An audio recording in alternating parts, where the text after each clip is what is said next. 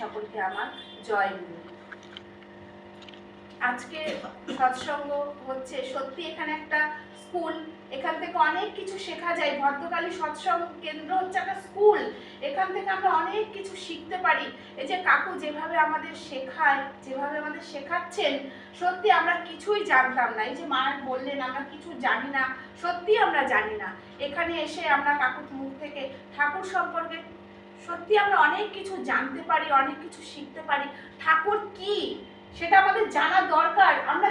আমরা ঠাকুরকে ধরেছি, আমরা ঠাকুরকে কিভাবে নিয়ে চলবো, কিভাবে তার কথা বলবো, কিভাবে যজন যাজন ইষ্টনীতি করব, সব কথা এখানেই শেখা যায়। সত্যি একটা সৎসঙ্গ, একটা স্কুল।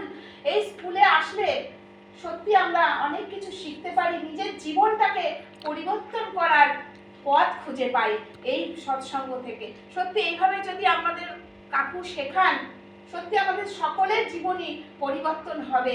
আর পরিবর্তন হলেই আমরা সবাই আনন্দে থাকবো।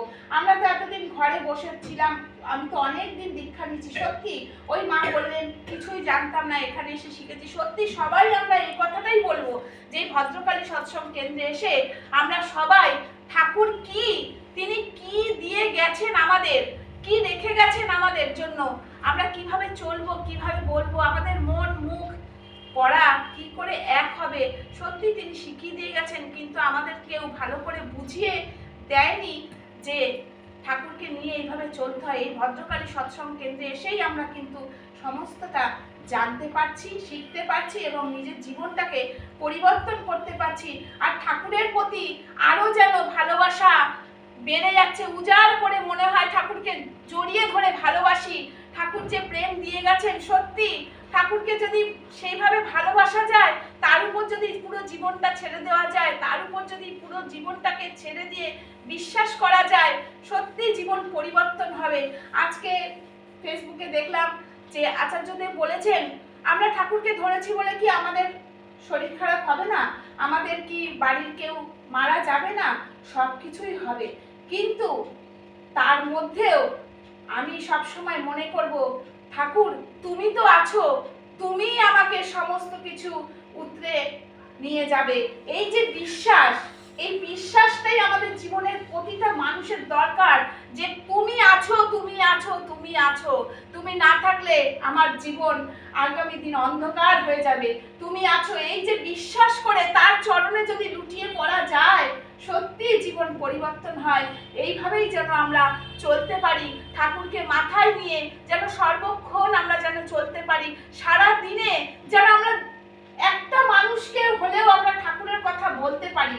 সমস্ত কথাতেই যদি আমি ঠাকুর ঠাকুর ঠাকুরের কথা আমি যদি সবাইকে বলতে পারি, তবেই আমার দীক্ষা নেওয়া, তবেই আমার ঠাকুর ধরা, তবেই আমার সার্থকতা।